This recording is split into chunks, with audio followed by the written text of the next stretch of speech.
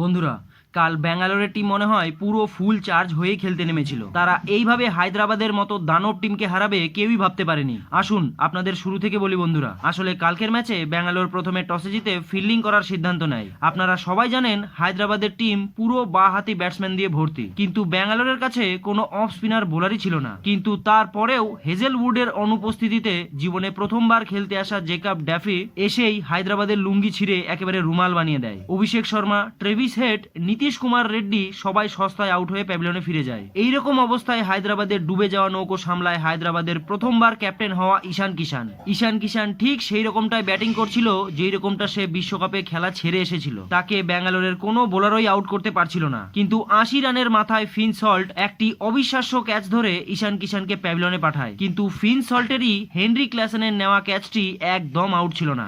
আর third আম্পায়ারও শুধুমাত্র একটি camera angle check করেই হেনরি ক্ল্যাসেনকে আউট দিয়ে দেয়। কিন্তু অন্যদিকে ফিন সল্টের পিঠ বাউন্ডারি লাইনে ঠেকে গিয়েছিল। আসলে আইপিএল এর ক্যামেরা ভোরে ভোরে মেয়েদের দেখানোর জন্য রাখা হয়, কিন্তু সঠিক সিদ্ধান্ত যাচাই করার জন্য তারা অন্য ক্যামেরা অ্যাঙ্গেল চেকই করে না। তবে হায়দ্রাবাদ যে 202 রানের টার্গেট দিয়েছিল ব্যাঙ্গালোরকে, সেটা ব্যাঙ্গালোরের জেতার জন্য খুব একটা অসুবিধা হয়নি, কারণ ব্যাঙ্গালোর শুরু থেকেই ধোঁয়াধার পেটানো শুরু করেছিল। বিশেষ করে তো দেবদত্ত পাডিক্কাল এমন খেলে যে অর্ধেক ম্যাচ সে একাই জিতিয়ে দেয়। ঠিক তারপরেই বিরাট কোহলি নিজের ক্লাস দেখায়, যার কারণে ব্যাঙ্গালোর কাল খুব সহজেই 6 উইকেটে তাদের প্রথম ম্যাচ জিতে যায়। কিন্তু মুম্বাই কি আজ কলকাতার বিরুদ্ধে জিততে পারবে? কারণ মুম্বাই 13 বছর ধরে তাদের প্রথম ম্যাচ আইপিএলে আজ পর্যন্ত জিততে পারেনি। তবে আপনাদের কি মনে হয় বন্ধুরা? নিচে কমেন্ট করে অবশ্যই জানাবেন।